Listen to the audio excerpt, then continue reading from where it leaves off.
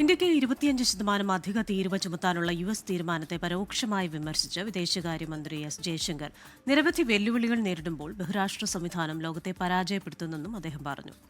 ഗുരുതരമായ സമ്മർദ്ദങ്ങൾ പരിഹരിക്കപ്പെടാതെ പോകുന്നത് ആഗോളക്രമത്തിന് തന്നെ അനന്തരഫലങ്ങൾ ഉണ്ടാക്കുന്നുവെന്നും ജയശങ്കർ പറഞ്ഞു. ബ്രിക്സ് നേതാക്കളുടെ ഓൺലൈൻ യോഗത്തിലാണ് പരാമർശം. വിവരങ്ങളുമായി ഡൽഹിയിൽ നിന്ന് ബൽറാം നെടുങ്ങാടിയാണ് ചേരുന്നത്. Balram, good morning. വ്യാപാര കാര്യങ്ങൾ ഒരു വഴിക്ക്, വ്യാപാരേതര കാര്യങ്ങൾ ഒരു വഴിക്ക്, ഇതുവരെ അങ്ങനെയൊക്കെ ആയിരുന്നു പോയിക്കൊണ്ടിരുന്നത്. പക്ഷേ ഇത് വ്യാപാര കാര്യങ്ങൾക്കിടയിൽ മറ്റു കാര്യങ്ങൾ കൂടി കൂട്ടിക്കലർത്താനുള്ള ചില ശ്രമങ്ങൾ ലോകരാജ്യങ്ങൾ ചിലരുടെ, പ്രത്യേകിച്ച് അമേരിക്കയുടെ ഭാഗത്തു നിന്നുണ്ടാകുന്നു. പക്ഷേ പരോക്ഷമായ ഒരു വിമർശനമാണ് വിദേശകാര്യമന്ത്രിയുടെ ഭാഗത്തു നിന്നുണ്ടായിരിക്കുന്നത്. എന്തൊക്കെ കാര്യങ്ങളാണ് അദ്ദേഹം പറഞ്ഞിരിക്കുന്നത്? Very good morning Christina.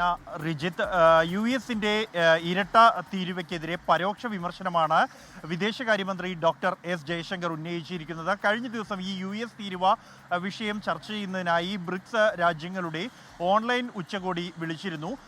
ഇന്ത്യക്ക് വേണ്ടി പ്രധാനമന്ത്രി നരേന്ദ്രമോദിയെ പ്രതിനിധീകരിച്ചുകൊണ്ട് വിദേശകാര്യമന്ത്രി എസ് ജയശങ്കറാണ് പങ്കെടുത്തത്. അദ്ദേഹമാണ് ഈ യോഗത്തിൽ സംസാരിക്കവേ യു എസിൻ്റെ ഇരട്ടി തീരുവയ്ക്ക് എതിരായുള്ള പരോക്ഷ പരാമർശം നടത്തിയിരിക്കുന്നത്. വ്യാപാര നടപടികളെ വ്യാപാരേതര കാര്യങ്ങളുമായി ബന്ധിപ്പിക്കുന്നത് അദ്ദേഹം ആശങ്ക പ്രകടിപ്പിച്ചിട്ടുണ്ട്. കൂടാതെ വ്യാപാരത്തിനും നിക്ഷേപത്തിനും സുസ്ഥിരവും പ്രവചനാതീതവുമായ അന്തരീക്ഷം വേണമെന്നും സാമ്പത്തിക രീതികൾ ന്യായവും സുതാര്യവും എല്ലാവർക്കും പ്രയോജനകരവുമായിരിക്കണം എന്നുമാണ് യോഗത്തിൽ അദ്ദേഹം പറഞ്ഞിരിക്കുന്നത്. നിരവധി വെല്ലുവിളികൾ നേരിടുന്ന സാഹചര്യമാണ് ഇത്. കോവിഡ് മഹാമാരി, അതിനുശേഷം പലയിടങ്ങളിലായി ഉണ്ടാകുന്ന സംഘർഷം, യുക്രൈൻ റഷ്യ സംഘർഷം ഉൾപ്പെടെയുള്ള കാര്യങ്ങൾ അദ്ദേഹം തൻ്റെ പ്രസംഗത്തിൽ സൂചിപ്പിച്ചു.